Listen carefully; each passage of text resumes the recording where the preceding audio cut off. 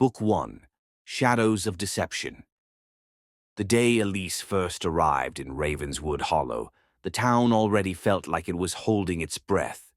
The streets were too quiet, the air too still, and the way the townspeople looked at her, it was as if they knew something she didn't. Elise had come to escape, to rebuild her life after a disastrous breakup with her ex-fiancé, Derek. He was charming, wealthy, and manipulative, an intoxicating mix of danger she'd been unable to resist. When their relationship spiraled into a maze of gaslighting and control, she fled. A fresh start in a secluded town seemed like the perfect way to disappear. The cottage she rented was on the edge of a dense forest, where the trees grew so tall they blocked out the sun. It was beautiful but unnerving, with shadows that stretched long into the evening and the sound of wind that sometimes carried voices. She brushed it off as her nerves. After all, her mind was still recovering from years of Derek's psychological warfare. Then the letters started appearing. The first one was taped to her door. "You can't outrun the truth." The second was left on her car windshield. "Ravenswood doesn't forget." By the third note, Elise's hands trembled as she unfolded it. "He's closer than you think." At first, she convinced herself it was some cruel joke. Maybe the locals didn't like outsiders.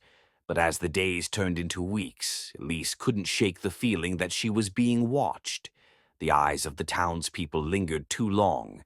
The shopkeeper gave her cryptic warnings.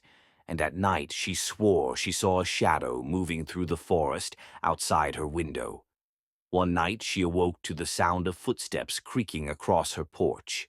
She froze, her breath caught in her throat.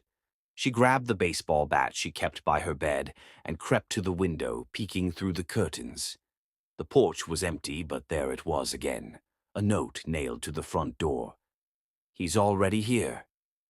Elise felt the walls closing in. Was it Derek? Had he found her? Or was it someone from the town?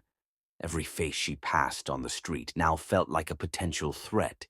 Even her only friend, Jonah, a quiet, enigmatic man who worked as a carpenter, seemed to know more than he let on. The tension reached a breaking point when Elise found a key taped to her bathroom mirror. It didn't belong to her house. A single line was scrawled on the attached note. "Find the door, and you'll find the truth." The key led her to an abandoned church deep in the forest, its rotting walls cloaked in ivy. Inside, she discovered a trapdoor in the floor. Her heart thundered as she descended into the dark basement. The room below was a horrifying shrine. Photos of her, some taken years ago, some as recent as last week, lined the walls. There were newspaper clippings about her life, even her parents' obituary. At the center of the room was a mirror, and carved into the glass were the words, "You'll never escape me." Elise staggered back, her mind reeling. That's when she heard it, the creak of the trap door above her closing. She spun around, but it was too late. A figure stood at the top of the stairs, silhouetted in the faint light. Her blood turned to ice as the familiar voice cut through the darkness. "Did you really think you could run from me, Elise?" It was Derek, but the terror in her chest twisted into something more when another shadow emerged from behind him. This wasn't just Derek's game. Someone else had been pulling the strings all along.